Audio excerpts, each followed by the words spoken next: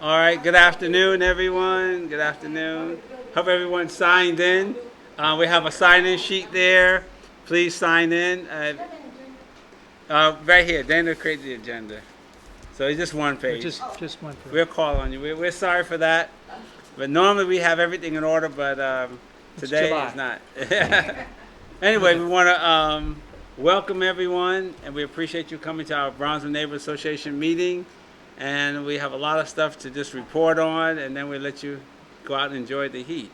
But again, Willis Brown, president of the Bronzeville Neighborhood Association, and um, we enjoy everyone being here, and we have a lot to speak about. Um, and I would like to give my report now, and that is with the activity that's going on in the neighborhood. We have a lot of development happening. Individual homes on the blocks are being built and rehab. We're excited about that. We also have two additional major developments that's about to take place, which is the Ogden building on the corner of Garfield and Long. That's about to go in the ground. And then sometime next year, we will have the deal going in the ground on Long Street and Elijah Pierce. And in that corner of where Richard Deal's funeral home is, that's where the new building is going to be placed. So, with that and the other development, we have a lot going on as we speak.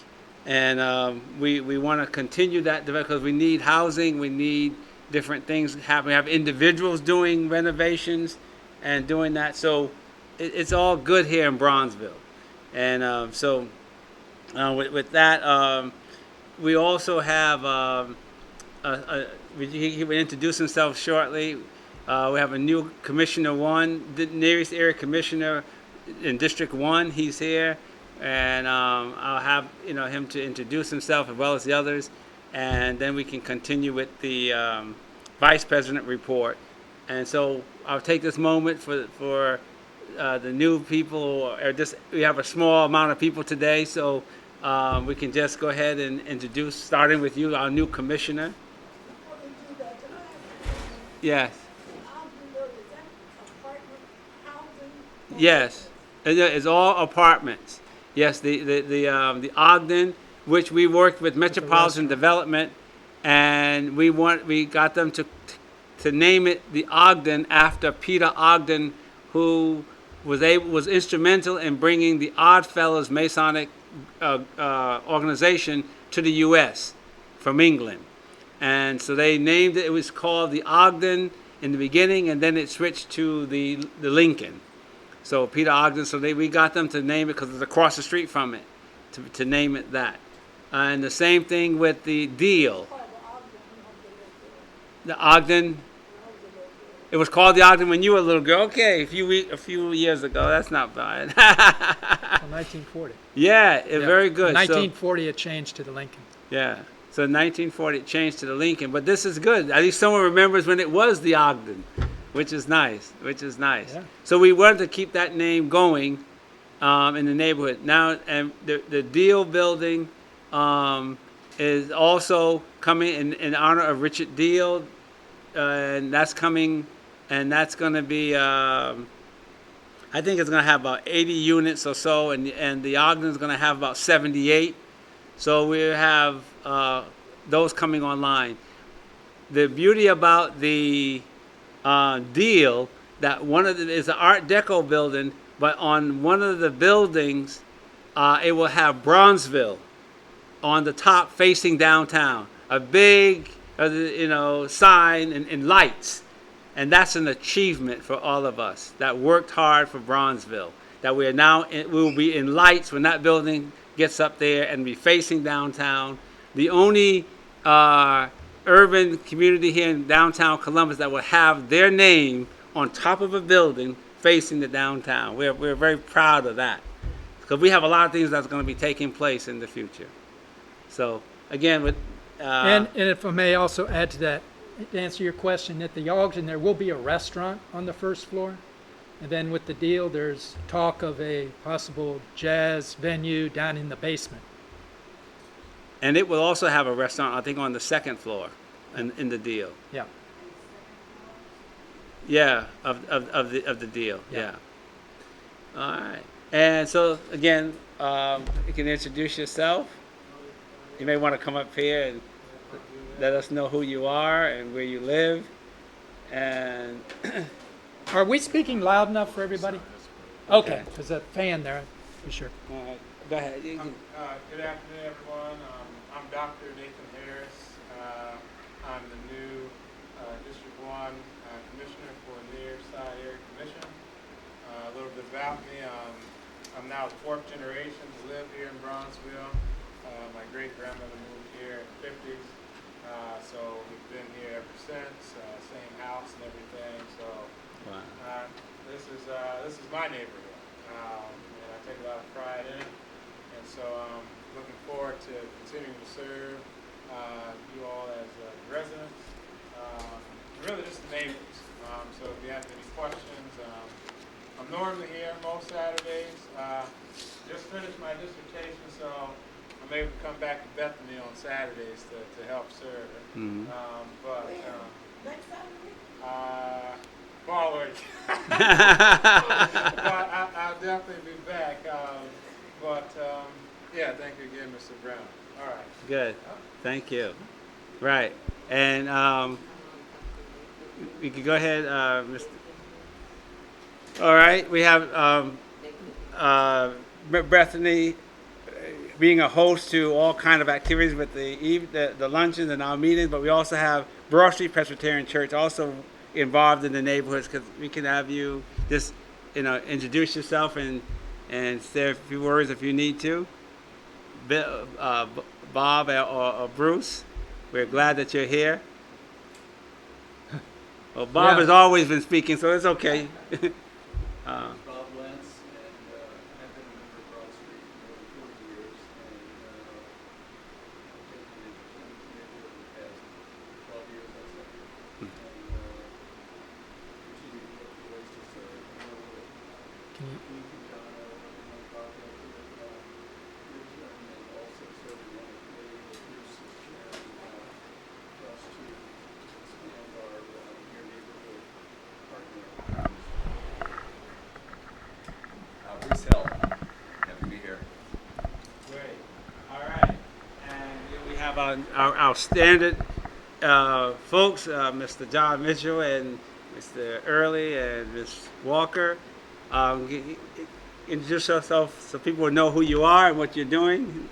Just have a small group today so we can do this. Normally we won't be doing this, but Again, my name is John Mitchell. I'm a representative of Bethany Presbyterian Church, a trustee actually. And the thing that we're really looking at is pushing for peace and making sure that Bethany represents that aspect into our community.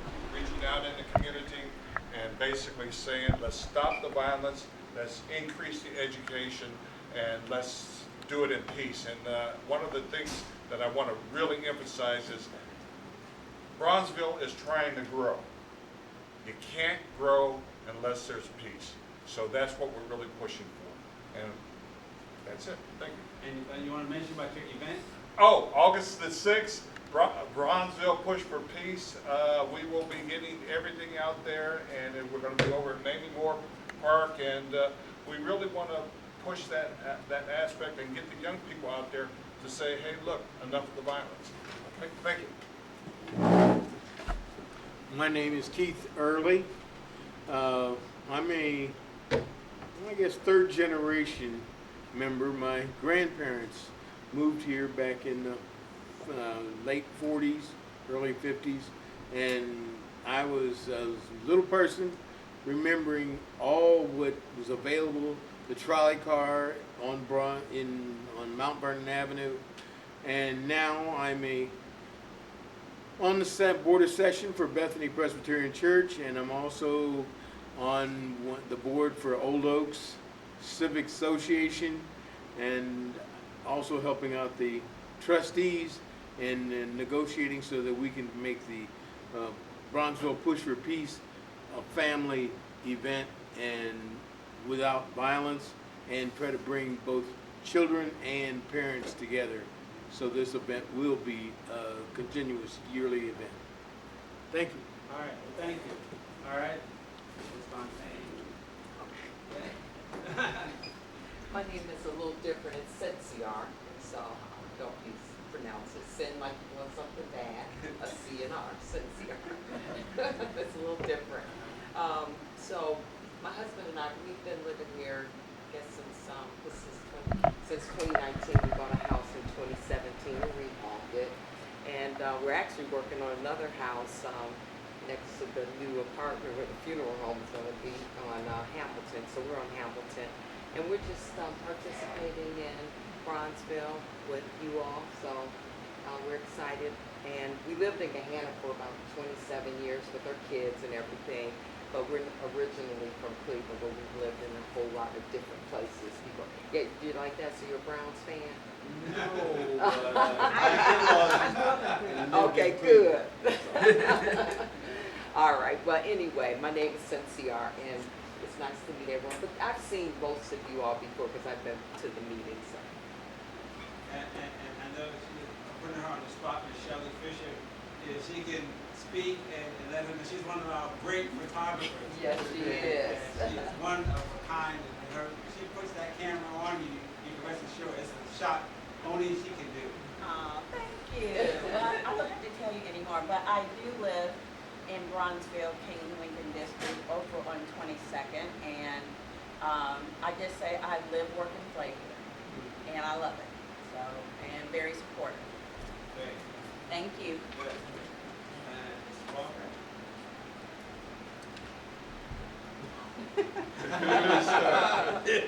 Boy, that's unusual. One of the reasons I'm involved with Bronzeville is because of our church. My mother was one of the founding members of this church. And so while I'm very active here, that includes all the neighborhood activities. So it is quite a pleasure to invite you to come and meet here on a regular basis. Secondly, I'm involved in the community because there are areas of the left. For instance, we don't have recreational facilities for young people. And I certainly hope that the commissioner will find some money, and I hope that the leadership will find the young people to bring them together so we can develop the kind of leadership that will move the community forward. And I invite you all to come on next Sunday, July the 17th. It will be our 104th anniversary of Bethany Presbyterian Church. And you're certainly welcome when I sit in the fourth row if you feel the need to sit with somebody you know. Thank you. And you'll hear from our treasurer a little later. And she gives her report. And with that, we will have Vice President. Vice President's report. I'm Dana Masner, Vice President of the Bronzeville Neighborhood Association. And it's July, and we have many activities in the neighborhood.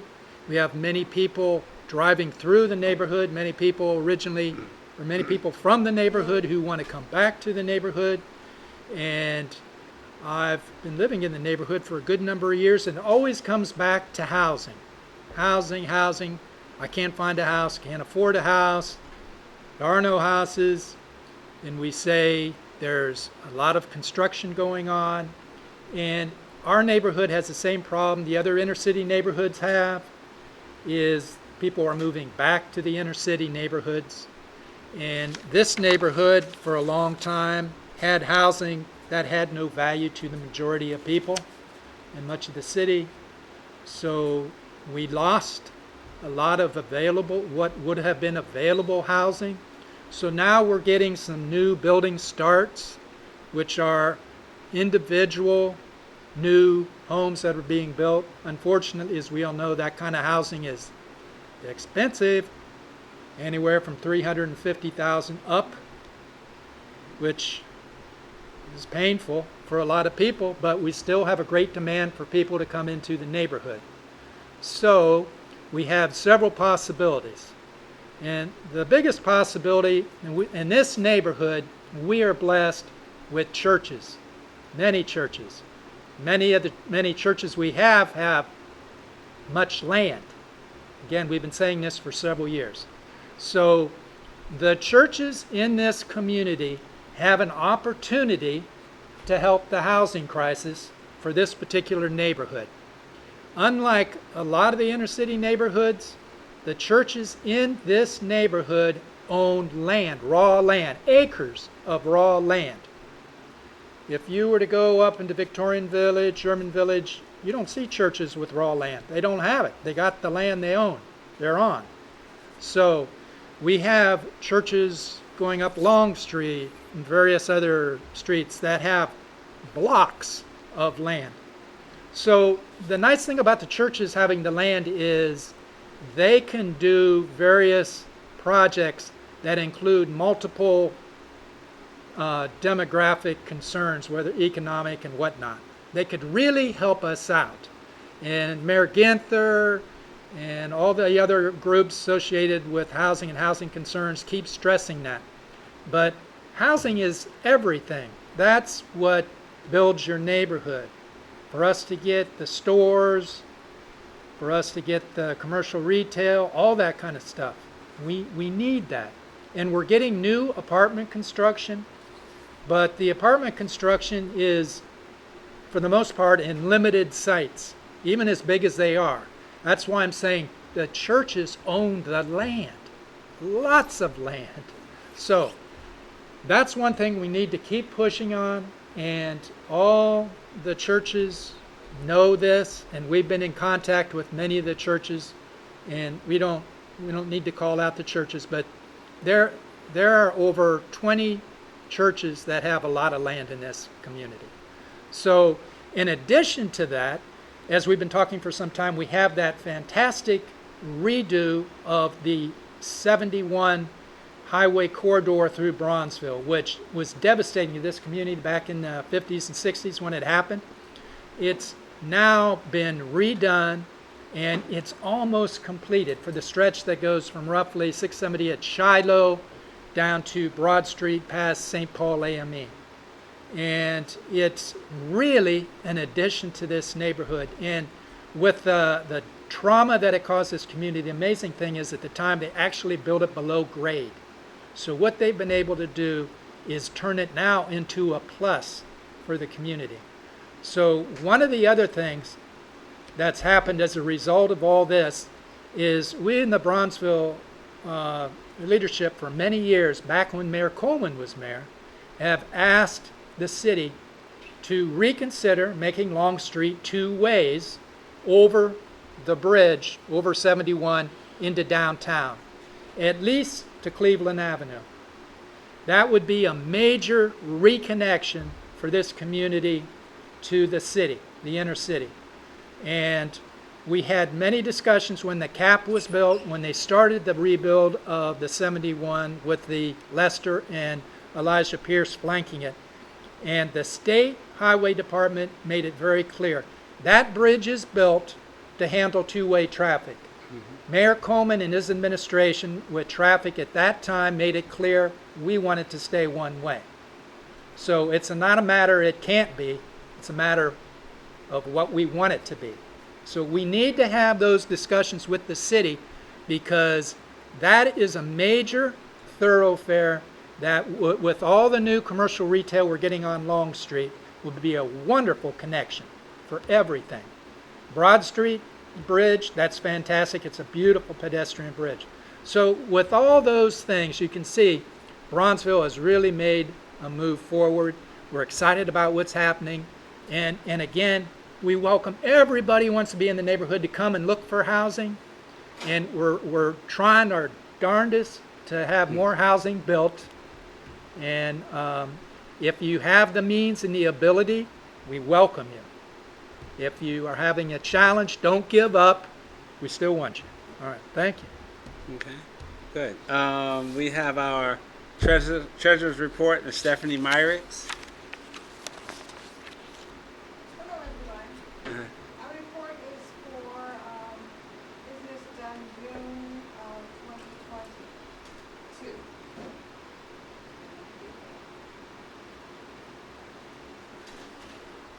For the month of June, we did not have any expenses or deposits, so therefore our balance did change. We began June with $2,592.81, and we ended June with $2,592.81. Thanks. Yes, that's good, thank you. Can I get a motion to accept the treasurer's report? So moved. Okay, get a second? Second. All right, all in favor say aye. Aye. All opposed, like signs. Motion is carried for the treasurer's report. Now, I can add my 2 cents. I can tell you right now, at the end of July, it will not be that. We put out a lot of funds for our, I'm going to mention our announcements for our jazz at our park. We have this last week was our first day on the 3rd. Tomorrow is on the 10th, and then on the 17th we had Transit Arts last week. We're gonna have the Governor's Jazz Quartet. I think that's the name. This week, and then on the 17th, they're coming and playing quiet jazz at our Bronzeville Community Park at the corner of Hamilton Avenue and Spring Street. And we went through the process. We had to get the band. We had to pay them, and also for the insurance and for the permit. So my treasurer, I'm so sorry, but it will not be that at the end of this one. And she always used to humbug me about spending the funds. She said, "Listen, we don't have a lot of money, but we do have the card. So anything you spend, you use that card because I can track that." So I did that this time, my Madam Treasurer. So you will be getting the bills on that. So we're very happy. It's the first step of us saying we're going to add things to the neighborhood that we are responsible for. I mean, filling out the permit work, it was a process. Now we know how that's done. We know we can do it. We can make it bigger. And we've also received some inquiries about making it bigger next year and doing some additional things. So we will bring you up to speed on that as we go forward. But we're very happy that we have it and we made it happen. And we're going to have another good day tomorrow as far as weather. And this allows us to pressure the city to give us our electric and our flagpole. Because they kept saying, well, you don't need electric, you don't have any events. Well, we have an event now, 3 weeks of an event of music. We are lucky that Sincere is allowing us and her husband to use electric from their house, and we're bringing it all the way to the band house for the music. So, we have a 100-foot cord, a couple of them, to bring the electric to the band. Yeah. So we're happy that we still have electric. But now we can tell the city we are planning on other events that we're going to be using that park, and we need electric. So this is how you have to pay forward. And so next year we won't have this problem. We'll have electric in there. So in addition to that, one of the things we said last week at the music, prior to when they started, was that is the site there at Hamilton and Spring where Helen Carter had her music school. And she played the organ at St. Paul AME. And she had a music school there for many years. And there's a large stone with a metal plaque with her photograph there in the park if anybody's interested. We like to throw out these little historic facts now and then to show what depth and what interest there is in this neighborhood.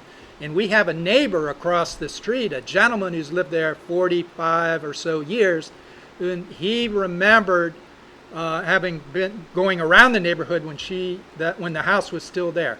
And he says that he doesn't ever remember hearing any music there since that house came down. So we're starting the music again on the site of the Helen Carter Music School. Right. Yes. Yes. So Is this going to be the first Sunday? The second. the second, Okay, so when was the first Sunday? last Sunday. Okay, so I have a question. Uh huh. I didn't know. Oh. So, I don't know if you put it out on Facebook. Yeah, or yeah. do flyers or whatever, but Yeah, we put my out. heart, right? Okay. Yeah, we And put I out didn't know. flyers. Okay. So, that's what, we have to look at that, Mhm. because I have people, I got friends here, I have neighbors here, and they like to do what I like to do, and they love this area Yeah. because I love this area. Mhm. So I'm just saying, I wanna, are there flyers? Yeah. That go door to door? Not only Facebook, because I don't really do Facebook. Right, but right. email. Like I do email all the time, but Facebook, Mhm. I don't do. So Yep. it's a compliment that you're doing this, because I want everybody to know. Mhm. I And, just need to know, and I should know. and that's true. You should. And I want you to take one of these flyers that we have and It's on Facebook, but yeah. I'm just saying, I didn't know. Yeah. And there's a group of me Who that did will not. do however you're advertising. Okay. Well, maybe then what we have to do is I think Dina get put it with out. you and help you help put it out there. And I'll be happy to, 'cause okay. I'm just so proud. Well, good. Getting down here, and we got a lot of stuff going on. We do. Oh, yeah. We do. Yep. And we will do that for next time. For today and next week. Okay, well, if I get it now, Right here, you can okay, take I'll one do with that. you. Yeah, you can take one right here with you and put it out there. Well, that's one of the things I wanted to emphasize. There's a lot of things that's going on in the neighborhood. And for some odd reason, well, we all already know the reasons, that getting that information out, if you do it on Facebook, there's a group of people that do Yeah. it, and there's a group of people that do Twitter, there's a group of people. So we have to start coordinating everything and getting all of that out and so forth. But what I wanted to emphasize, we're down to $2,000 and you're having an event. I think it's also might be interesting or something that we might want to put out is either have a PayPal account that say you can donate on PayPal or even have a few people in the basket and say, hey, we're having this thing, so let's take a big basket and run it around so we keep the treasury up and running. We don't want her running out of money and start putting in her, well, you can go ahead and in your own.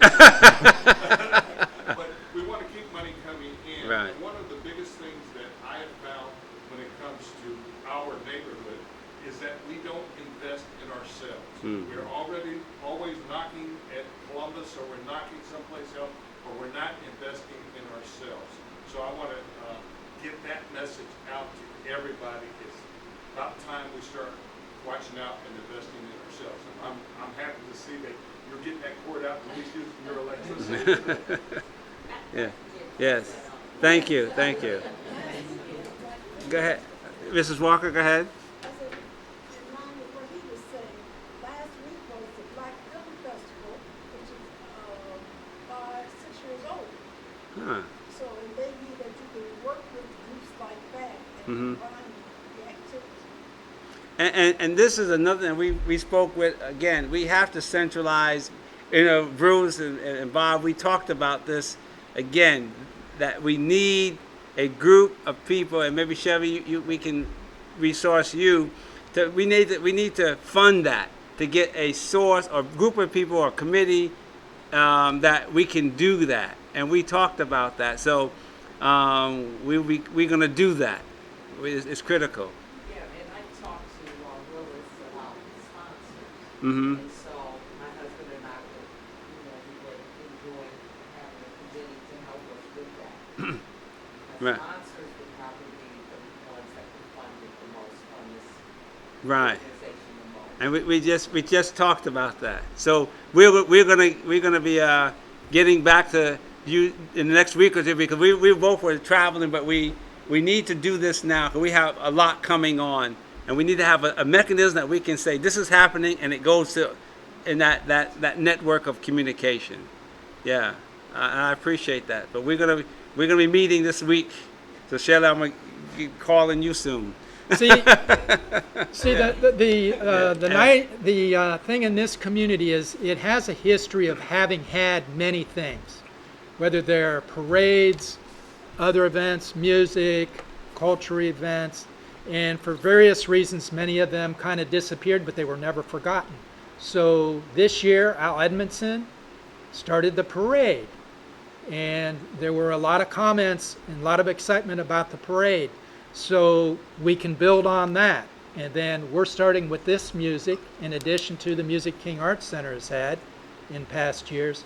So they're all kind of new beginnings that we can build on, but there's a history of it. Yeah. Yeah. Jefferson isn't in Brunswick, right? Yeah, yes, it is. We go to Jefferson. Jefferson? Mm-hmm. Because, you know, Columbus there's Landmarks. An event there today. Oh, yes.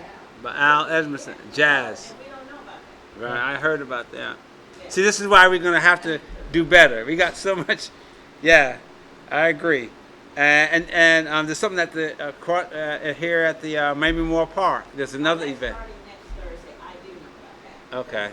Yeah, That's on April. Okay. Right. All right.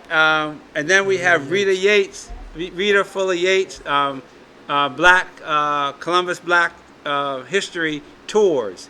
I just saw her band up there on Long Street. Uh-huh. People were out taking pictures. Right. So she's doing her tours and promoting the neighborhood, and it's not just our neighborhood. What she does, it really does a nice job. She shows the process of African Americans coming to Columbus from the beginning and showing how they move throughout the city. So she does a lot with that to connect the dots.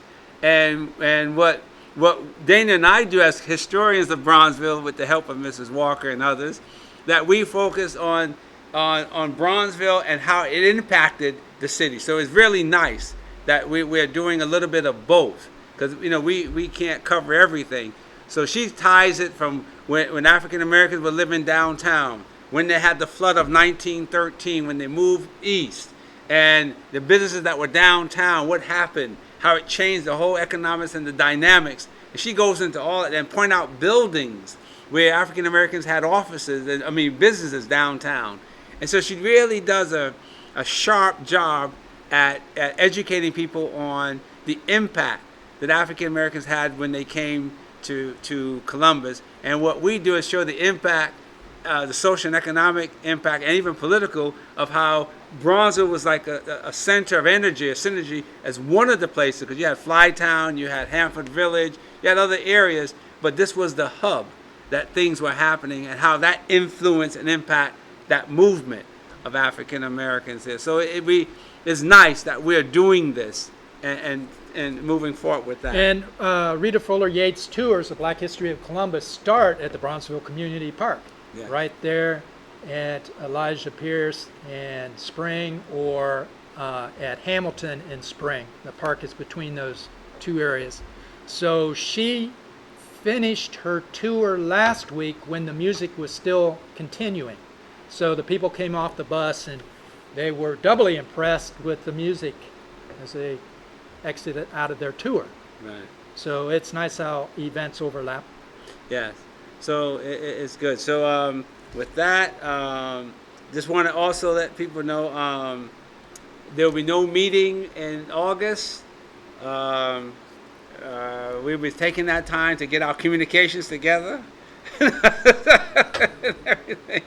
And hopefully, and then in September, we're going to come back with a whole new plan, a new movement, not the New Deal of Roosevelt, but the new movement of Bronzeville, to say this is the next 12 months, what we're going to do as an organization, as a community, tapping into the resources, the churches, the people, and the new things that are going to be happening.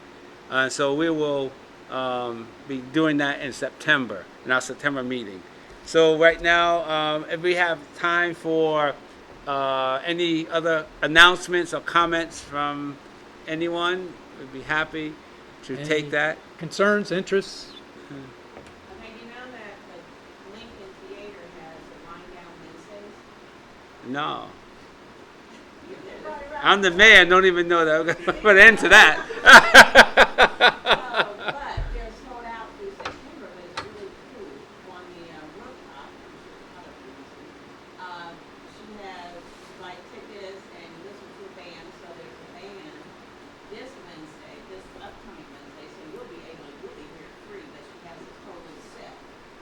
Oh, well, you, Other thing was going on. right. The bar has every Sunday night jazz. Right. Right. See, we gotta listen. See, now what we are seeing here is that, like what Dana mentioned, and I'm always excited because when you read about the history, and let me tell you some funny things about what you're saying, is I read some of the master's thesis of some individuals who got their degrees from OSU that did studies of this area in the 30s. And they were the writing style was very descriptive of what was going on. And like what Dana said, and what you're saying now, this neighborhood had something going on every day, several times during the day. And it was just fantastic. And now we are slowly getting to that again. And I think that's wonderful.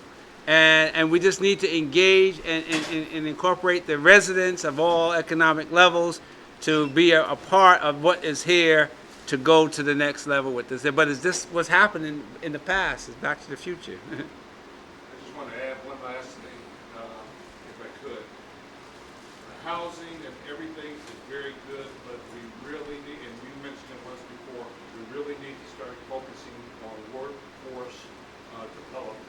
Because we got a lot of people out here with less than third grade education, and you got a lot of buildings and Intel, and everybody's coming in here. And our people can't find a job. And there are plenty of jobs out there. So we need to focus in from the government side of it, to bringing in schools and workforce development. And just a simple thing that we had talked about, and I had talked about in terms of the kitchen, that they have, and bringing in somebody that is able to teach people how to cook and all the other stuff that's associated with it. So this also should be a center of employment or getting people employed or the educational aspect of it. I think that's a major thing that happened in the 20s and the 30s, that we actually start educating our young people. And I think that should be a major focus of Bronzeville also, is getting people in here to teach the younger people. And this, and on that same note, we've been preaching, and we're going to continue to preach. And I'm going to have a meeting here within another week with some of the people downtown about these issues. We always said that Pilgrim should be a trade school, or now an IT school, and prep people. We have a school there. It even has land. They can even go outside and practice what they preach in the classroom and building. It has. You can now include the IT stuff can be in Pilgrim School. So we've been saying that should be a school for educational advancement. And I think we're going to continue, and when I speak with them in 2 weeks or whenever they get back with the date, that's it. We're going to still be crying Pilgrim. We have two schools, Pilgrim and Monroe. And that that has to be put into what you're talking about if we want our residents and people to move to the next level. We're going to be pushing that because we've been saying it now for the last 10 years. And the school was 20 sitting years. at 20 years. 20 years. And so we're going to go forward with that. So again, we're going to start with putting together a nucleus for communication for all these things. I like that. We have a lot going on. And the neighborhood is always, if you see the old pictures and you read the old documents, this area was always happening. And Mrs. Walker can attest to that. So we need to get the communication out. One thing that I wanted to say is just because I think I was privy to hear it, a realtor, a big-time realtor here in Texas, he said that when houses go up in this area, and that he knows the group of people, black folks, that are living out in the suburbs, and he presents it to them. People are saying they don't want to move back here because it's so expensive. So the housing has gotten so expensive. So that's one other little thing. I know we can't tackle it, but we have to add that into the equation of how we make decisions. Yeah, and this is really a true case study of how a community can evolve so quickly.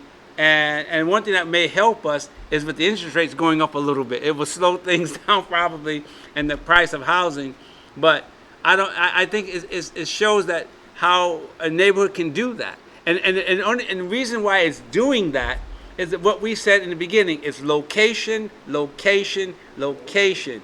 And this is why we also said, don't tear down our houses, mothball them, because this time was on its way. It's here now. And we lost so many good housing because having an existing home is a lot different than coming out of the ground with a new home.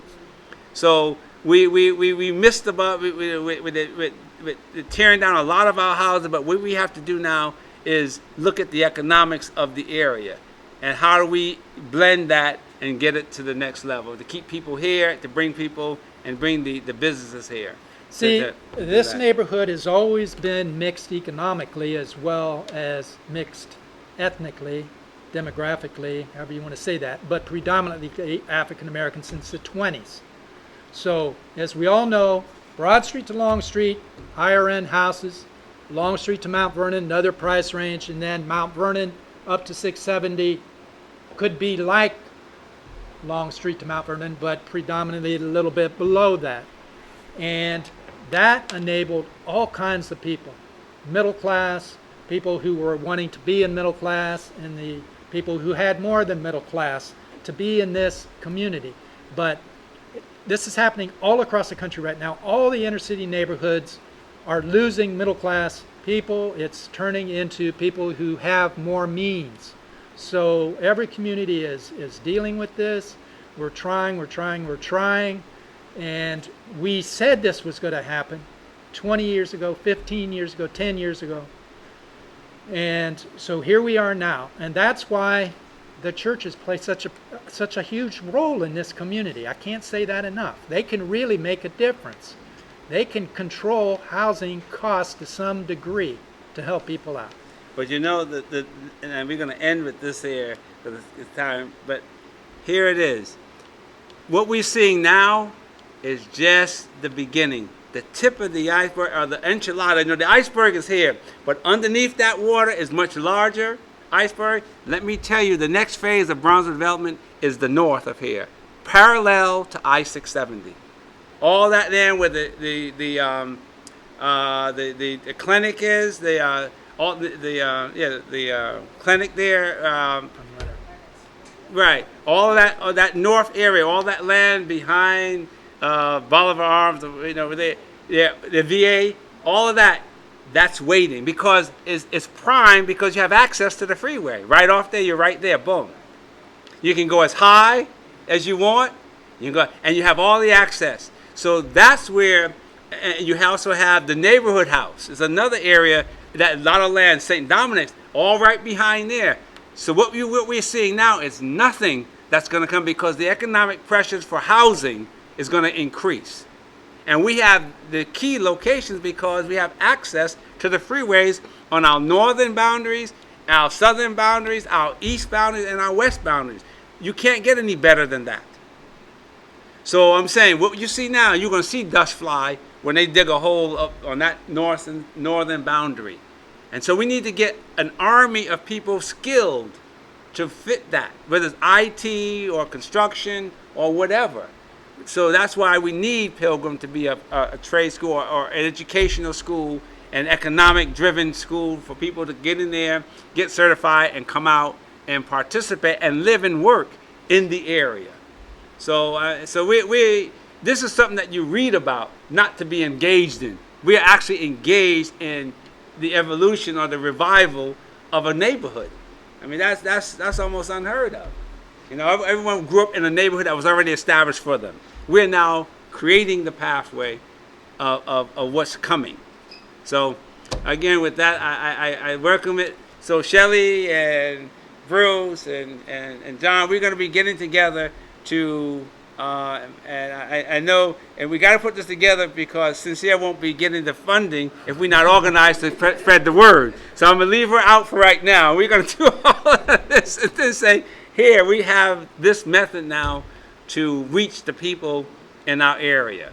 So we're going to get together here and do that. So we have resources here. Like we like to say, we don't care who gets on our bus as long as we are driving the bus. Because everyone that gets on the bus have to have resources. No one gets a free ride in Bronzeville. Anyway. And again, this neighborhood is different than other neighborhoods because of its history It knows its history. Many of the people have lived the history. And it's just a matter of building on that history and just bringing back what we already had and adding to it. It's It worked. amazing. It's fantastic. Well, with that note, can I get a motion to have the meeting adjourned?